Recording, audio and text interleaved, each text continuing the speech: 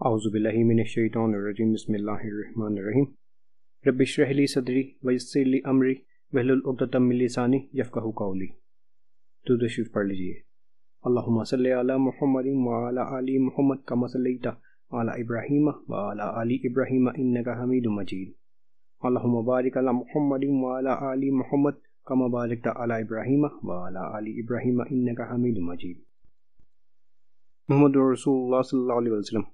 سلسلہ نسبت یہ ہے: محمد صلی اللہ علیہ وسلم بن عبداللہ بن عبد المطلب بن ہاشم بن عبد مناف بن کسی بن کلاب بن مرہ بن کعب بن لوئی بن غالب بن سحر بن مالک بن نذر بن کنانہ ابن خزیمہ ابن مدرکہ بن الیاس بن مزر بن نزار بن ماد بن عدنان۔ صحیح بخاری باب مبعث النبی صلی اللہ علیہ وسلم میں یہی تک ہے، لیکن امام بخاری نے اپنی تاریخ میں عدنان سے حضرت ابراہیم علیہ السلام تک نام گنائے ہیں، یعنی عدنان بن عدو بن المقوم ابن طارح بن یشجب بن یارب بن نابت بن اسماعیل علیہ السلام ابن ابراہیم علیہ السلام۔ حضرت اسماعیل علیہ السلام کے 12 بیٹے تھے، جن کا ذکر تورات میں بھی ہے۔ ان میں سے کیدار کی اولاد حجاز میں آباد ہوئی اور بہت پھیلی، انہی کی اولاد میں عدنان ہیں، اور آن حضرت صلی اللہ علیہ وسلم انہی کے خاندان سے ہیں۔ عرب کے نسب دان تمام پشتوں کو محفوظ نہیں رکھتے تھے، چنانچہ اکثر نسب ناموں میں عدنان سے حضرت اسماعیل علیہ السلام تک صرف 8-9 پشتیں بیان کی ہیں، لیکن یہ صحیح نہیں۔ عدنان سے لے کر حضرت اسماعیل علیہ السلام تک اگر صرف 9-10 پشتیں ہوں تو یہ زمانہ 300 برس سے زیادہ نہ ہوگا، اور یہ امر بالکل تاریخی شہادتوں کے خلاف ہے۔ علامہ سہیلی روز الانف سواد 8 میں لکھتے ہیں ترجمہ، اور یہ عادتاً محال ہے کہ دونوں میں 4 یا 7 پشتوں کا فاصلہ ہو، جیسا کہ ابن اسحاق نے ذکر کیا۔ 10 یا 20 پشتیں ہوں، کیونکہ زمانہ اس سے بہت زیادہ ہے۔ علامہ موصوف نے بہت سے تاریخی حوالوں اور شہادتوں سے ثابت کیا ہے کہ عدنان اور حضرت اسماعیل علیہ السلام تک 40 پشتوں کا فاصلہ ہے۔ اس غلطی نے بعض عیسائی مورخوں کو اس بات کا موقع دیا ہے کہ سرے سے اس بات کے منکر ہو گئے کہ آن حضرت صلی اللہ علیہ وسلم خاندان ابراہیم سے ہیں۔ اس غلطی کی بڑی وجہ یہ ہوئی کہ اہل عرب زیادہ تر مشہور آدمیوں کے نام پر اکتفا کرتے تھے اور بیچ کی پیڑھیوں کو چھوڑ دیتے تھے۔ اس کے علاوہ اہل عرب کے نزدیک چونکہ عدنان کا حضرت اسماعیل علیہ السلام کے خاندان سے ہونا قطعی اور یقینی تھا، اس لیے وہ صرف اس بات کی کوشش کرتے تھے کہ عدنان تک سلسلہ نسب صحیح طور پر نام بنام پہنچ جائے۔ اوپر کے اشخاص کا نام لینا غیر ضروری سمجھتے تھے، اس لیے چند مشہور آدمیوں کے نام لے کر چھوڑ دیتے تھے۔ تاہم عرب میں ایسے محققین بھی تھے جو اس فروغ گزاشت سے واقف تھے۔ علامہ طبری نے تاریخ میں لکھا ہے کہ مجھ سے بعض نسب دانوں نے بیان کیا کہ میں نے عرب میں ایسے علماء دیکھے جو ماد سے لے کر اسماعیل علیہ السلام تک 40 پشتوں کے نام لیتے تھے، اور اس شہادت میں عرب کے اشعار پیش کرتے تھے۔ اس شخص کا یہ بھی بیان تھا کہ اس نے اس سلسلہ کو اہل عرب کی تحقیقات سے ملایا تو پشتوں کی تعداد برابر تھی، البتہ ناموں میں فرق تھا۔ اسی مورخ نے ایک اور موقع پر لکھا ہے کہ شہر تدمر میں ایک یہودی تھا جس کا نام ابو یعقوب تھا، وہ مسلمان ہو گیا تھا۔ اس کا بیان تھا کہ ارمیہ پیغمبر کے منشی نے عدنان کا جو نسب نامہ لکھا تھا وہ میرے پاس موجود ہے۔ اس شجرے میں بھی عدنان سے لے کر حضرت اسماعیل علیہ السلام تک 40 نام ہیں۔ بہرحال یہ واقعہ یقینی ہے کہ عدنان حضرت اسماعیل علیہ السلام کی اولاد ہے، اور آن حضرت صلی اللہ علیہ وسلم عدنان کے خاندان سے ہیں۔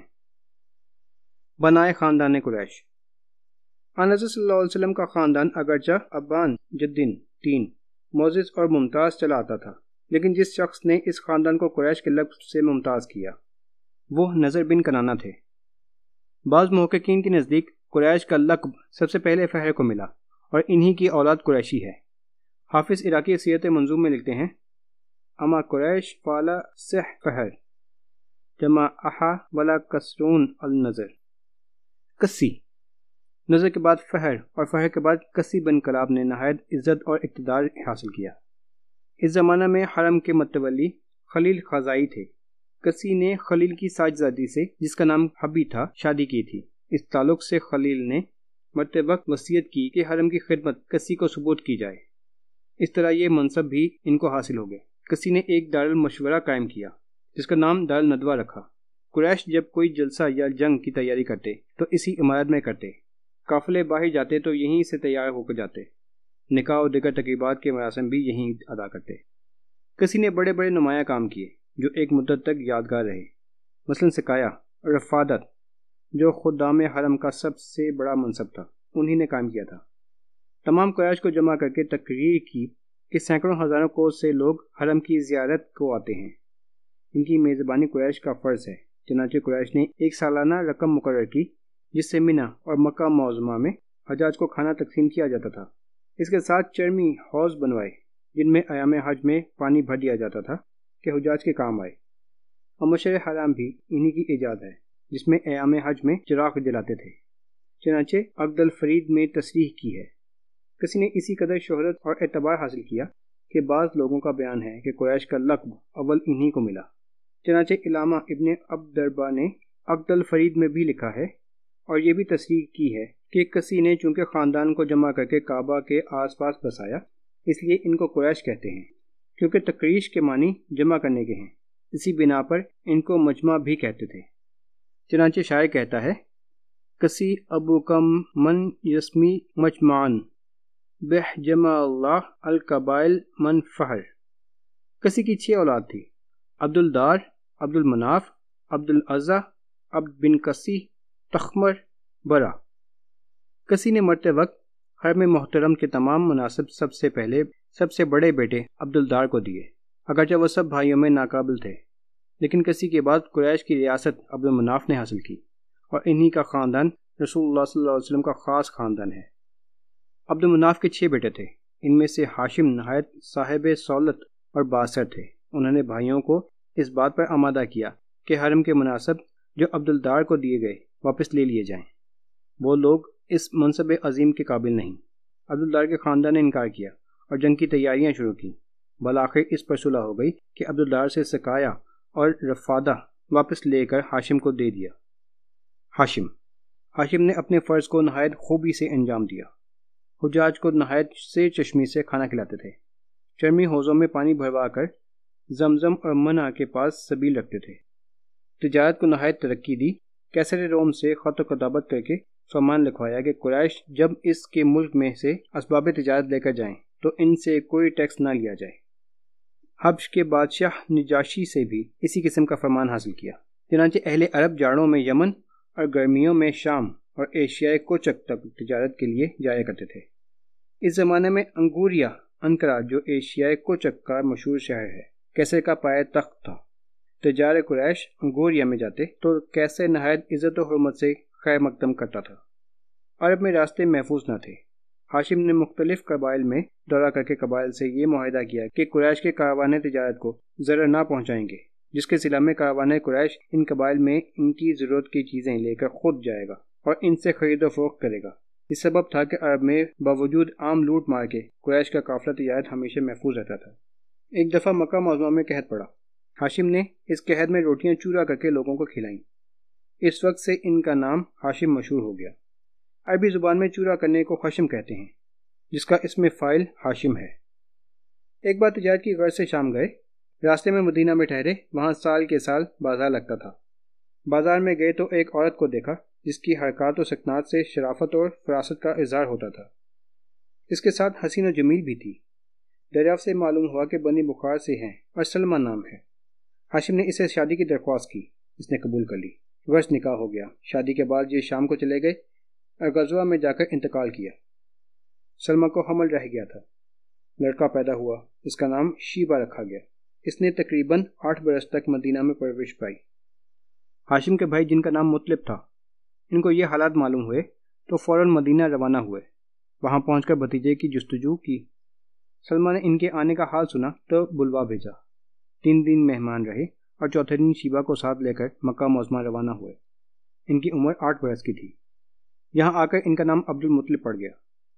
عبد المطلب کا لفظی معنی مطلب کا غلام ہے، اس لیے ارباب سیر نے وجہ تسمیہ میں بہت سے اقوال نقل کیے ہیں، جن میں صحیح تر یہ ہے کہ چونکہ مطلب نے ان کی پرورش کی تھی اور یہ یتیم تھے، اس لیے عرب کے محاورہ کے مطابق غلام مطلب مشہور ہو گئے۔ عبد المطلب کی زندگی کا بڑا کارنامہ یہ ہے کہ چاہے زمزم جو ایک مدت سے اٹ کر گم ہو گیا تھا، انہوں نے اس کا پتہ لگایا اور کھدوا کر نئے سرے سے درست کروایا۔ انہوں نے منت مانی تھی کہ 10 بیٹوں کو اپنے سامنے جوان دیکھ لیں گے تو ایک کو خدا تعالیٰ کی راہ میں قربان کر دیں گے۔ خدا تعالیٰ نے یہ آرزو پوری کی۔ 200 بیٹوں کو لے کر کعبہ میں آئے اور پجاری سے کہا کہ ان 10 پر قرعہ ڈالو، دیکھو کس کے نام پہ نکلتا ہے۔ اتفاق سے عبداللہ کا نام نکلا۔ یہ ان کو لے کر قربان گاہ کو چلے۔ عبداللہ کی بہنیں جو ساتھ تھیں رونے لگی اور کہا کہ ان کے بدلے 10 اونٹ قربان کیجیے، ان کو چھوڑ دیجیے۔ عبد المطلب نے پجاری سے کہا کہ عبداللہ پر اور 10 اونٹوں پر قرعہ نکالو۔ اتفاق یہ ہے کہ عبداللہ ہی کا نام پر قرعہ نکلا۔ عبد المطلب نے اب 10 کے بجائے 20 اونٹ کر دیے، یہاں تک کہ بڑھاتے بڑھاتے 100 تک نوبت پہنچی تو اونٹوں پر قرعہ آیا۔ عبد المطلب نے 100 اونٹ قربان کیے اور عبداللہ بچ گئے۔ یہ واقعی کی روایت ہے۔ ابن اسحاق کا بیان ہے کہ اونٹوں کے مواضع کی تدبیر روسائے قریشی نے تجویز کی تھی۔ عبد المطلب کے 10 یا 12 بیٹوں میں سے 5 شخصوں نے اسلام یا کفر کی خصوصیت کی وجہ سے شہرت عام حاصل کی، یعنی ابو لہب، ابو طالب، عبداللہ، حضرت حمزہ رضی اللہ عنہ، حضرت عباس رضی اللہ عنہ عام طور پر مشہور ہیں۔ عام طور پر مشہور ہے کہ ابو لہب کا اصلی نام اور ہے۔ خطاب آن حضرت صلی اللہ علیہ وسلم نے یا صحابہ نے دیا، لیکن یہ غلطی ہے۔ ابن سعد نے طبقات میں تصریح کی ہے کہ یہ لقب خود عبد المطلب نے دیا تھا، جس کی وجہ یہ تھی کہ ابو لہب نہایت حسین اور جمیل تھا، اور عرب میں گولے شہرے کو شعلہ آتش کہتے تھے، فارسی میں بھی آتشین رخسار ہے۔ عبداللہ قربانی سے بچ گئے تو عبد المطلب کو ان کی شادی کی فکر ہوئی۔ قبیلہ زہرہ میں وہب بن عبد المناف کی صاحبزادی جس کا نام آمنہ تھا، قریش کے تمام خاندان میں ممتاز تھی۔ وہ اس وقت اپنے چچا وہیب کے پاس رہتی تھی۔ عبد المطلب وہیب کے پاس گئے اور عبداللہ کی شادی کا پیغام دیا۔ انہوں نے منظور کیا اور عقد ہو گیا۔ اس موقع پر خود عبد المطلب نے بھی وہیب کی صاحبزادی سے، جن کا نام حالہ تھا، شادی کی۔ حضرت حمزہ رضی اللہ عنہ انہی حالہ کے وطن سے ہیں۔ حالہ رشتہ سے آن حضرت صلی اللہ علیہ وسلم کی خالہ ہوئیں، اور اس بنا پر حضرت حمزہ رضی اللہ عنہ آن حضرت صلی اللہ علیہ وسلم کے خالہ زاد بھائی بھی ہیں۔ دستور تھا کہ نوشاہ شادی کے بعد 3 دن تک سسرال میں رہتا تھا۔ عبداللہ 3 دن سسرال میں رہے اور پھر گھر چلے آئے۔ اس وقت ان کی عمر تقریباً 17 برس سے کچھ زیادہ تھی۔ عبداللہ تجارت کے لیے شام کو گئے، واپس آتے ہوئے مدینہ میں ٹھہرے اور بیمار ہو کر یہیں رہ گئے۔ عبد المطلب کو یہ حال معلوم ہوا تو اپنے بڑے بیٹے حارث کو خبر لانے کے لیے بھیجا۔ وہ مدینہ میں پہنچے تو عبداللہ کا انتقال ہو چکا تھا۔ چونکہ یہ خاندان میں سب سے زیادہ عزیز تھے، تمام خاندان کو سخت صدمہ ہوا۔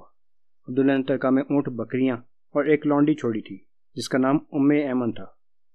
یہ سب چیزیں رسول اللہ صلی اللہ علیہ وسلم کو ترکہ میں ملیں۔ ایمن رضی اللہ عنہ کا اصلی نام برکتہ تھا۔